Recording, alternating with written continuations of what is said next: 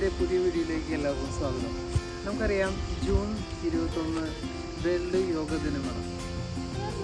Pietro ഇന്ത്യാനോ റോമയുടെ ആഭിമുഖ്യത്തിൽ നമ്മുടെ റോമിലെ യോഗാചാര്യനായ വിൻസെൻ്റ് ജോർജ് മാസ്റ്ററുടെ നേതൃത്വത്തിൽ യോഗ അഭ്യസിക്കുന്നത് നമുക്ക് കാണാം.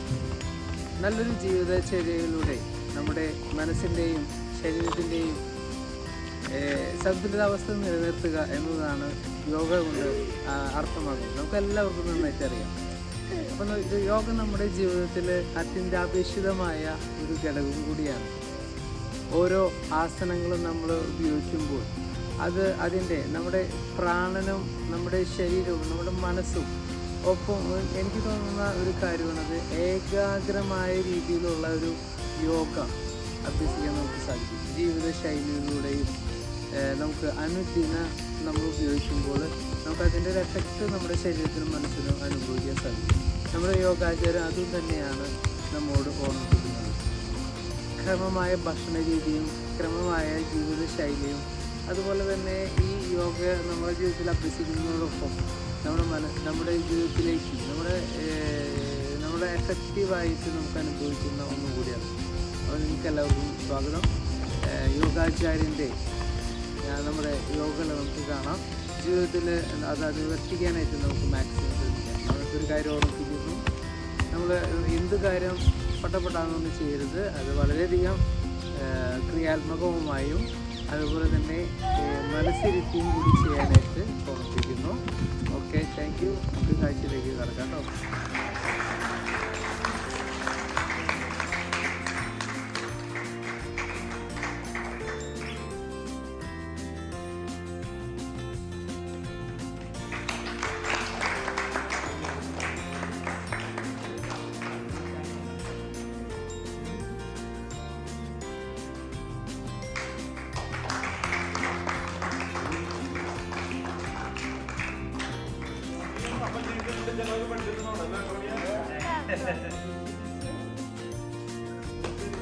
നമ്മളെല്ലാം മറന്ന് എന്താ പറയുക, വേറെ ഒരു അംഗീകാരം ചെയ്യട്ടെ, എല്ലാവരും യോഗ ശീലിക്കട്ടെ.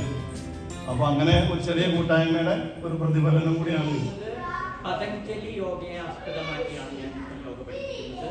പതഞ്ജലി യോഗയില് അഷ്ടാംഗ യോഗ എന്ന് പറയും. അതിന് 8 പടികളുള്ളതിനാലാണ് ഈ അഷ്ടാംഗ യോഗ എന്ന് പറയുന്നത്.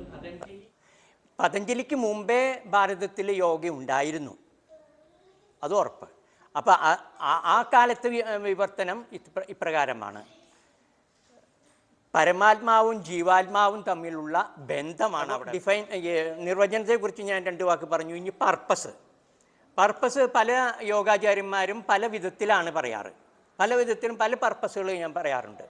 എന്നെ സംബന്ധിച്ചിടത്തോളം 3 പർപ്പസാണ് ഞാൻ വളരെ ലളിതമായിട്ട് പറയാം.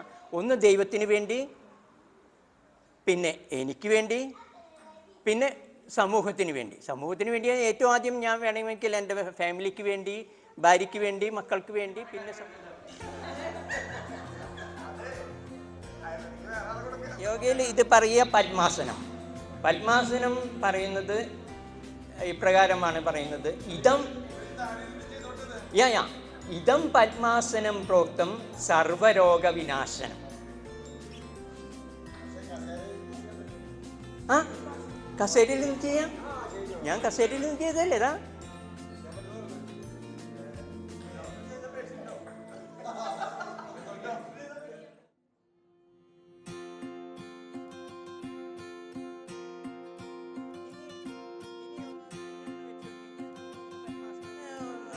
മണിക്കൂറുകൾ സമയത്തിരിക്കും. ഞാൻ ശ്വാസം ഇടുന്നതാണ് ഏറ്റവും ഉത്തമം.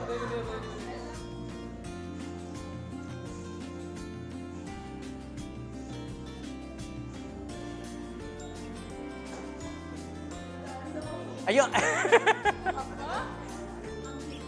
നീല കറക്റ്റാണ് കേട്ടോ.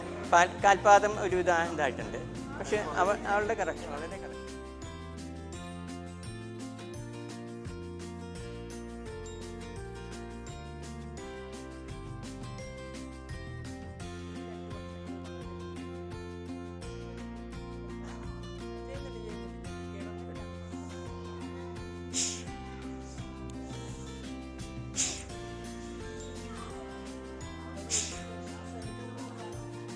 യോഗയുടെ ഡെഫിനിഷനിൽ പറഞ്ഞ പ്രകാരം ചിത്തവൃത്തി നിരോധ, മനസ്സിലെ എല്ലാ ആകുലതകളെയും ചിന്തകളെയും വ്യഗ്രതകളെയും എല്ലാം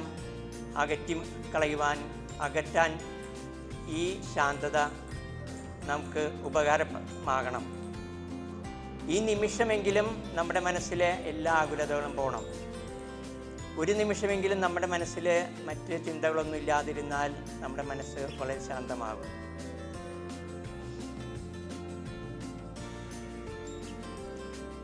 നമ്മുടെ ശ്വാസോച്ഛ്വാസത്തിലേക്ക് മാത്രം ശ്രദ്ധ കൊടുക്കുക.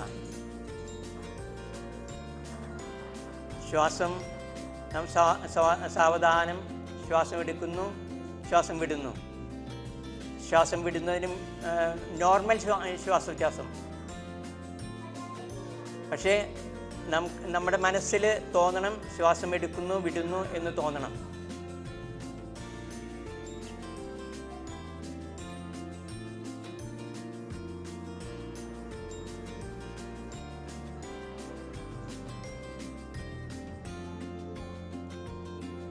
ഈ നിമിഷം തന്നെ നമ്മുടെ ശരീരത്തിലെ രക്തപ്രവാഹം നമുക്ക് ശ്രദ്ധിക്കാൻ കഴിയും.